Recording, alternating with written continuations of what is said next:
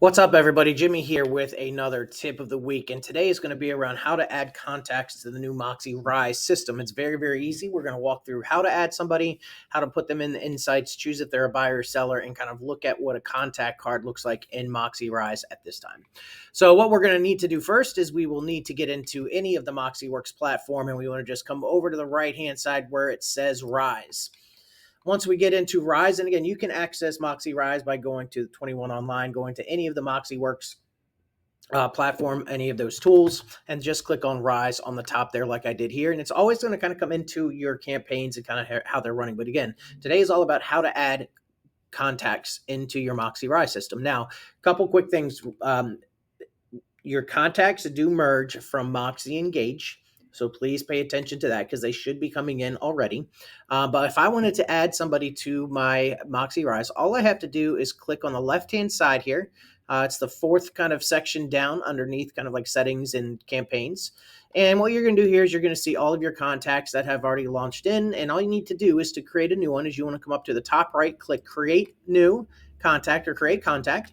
And from here, you can start putting in more information. So you can put in the name, email address of their property, and things like that you have in there. Now, some of the other things that you can actually do in this system is I can come over here and select classification. So are they a buyer or a seller? This will actually put them into that workflow that's available in Moxi Rise. And then you also have an opportunity if I do drop this person in as a buyer, and I can choose what stage they're going to be in. So if this is a new lead, if I'm nurturing, is it warm? That's already closed with them. You might want to put for all your past clients, put them in the post-close section. So that way it can just identify in your workflow where it is. And then all you're going to do is just kind of come down here and hit save. Now this is going to give me an error because I already have this person in my actually in my contacts, which is fantastic. But let's go ahead and let's see what it looks like actually with one of those contacts. So if I click on the client's name here, you can see here on the left-hand side, I have not identified this client. So let's say I want to make them a buyer.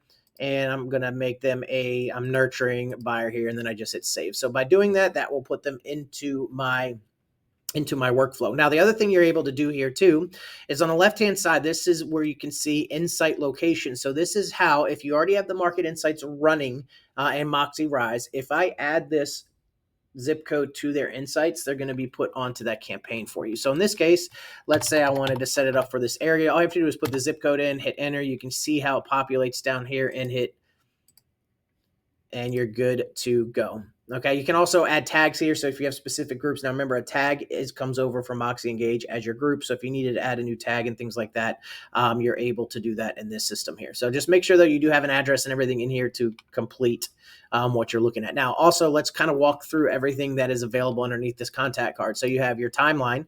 So this is when they actually, like when they were added, this is kind of like the activities that you're going to have. And you can search by the specific type of activity that's actually being done. So you can look at that.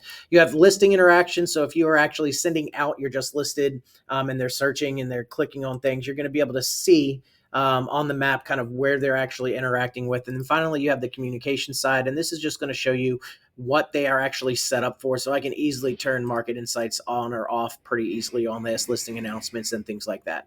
The other thing you can do from here also is if you look up here at the top, so property preferences, okay, so there's nothing so far. This came from Google Workspace because remember, Moxi Engage is either going to connect to Google or it's going to be Microsoft. In my case, it's Google, so that's why the source is showing this here.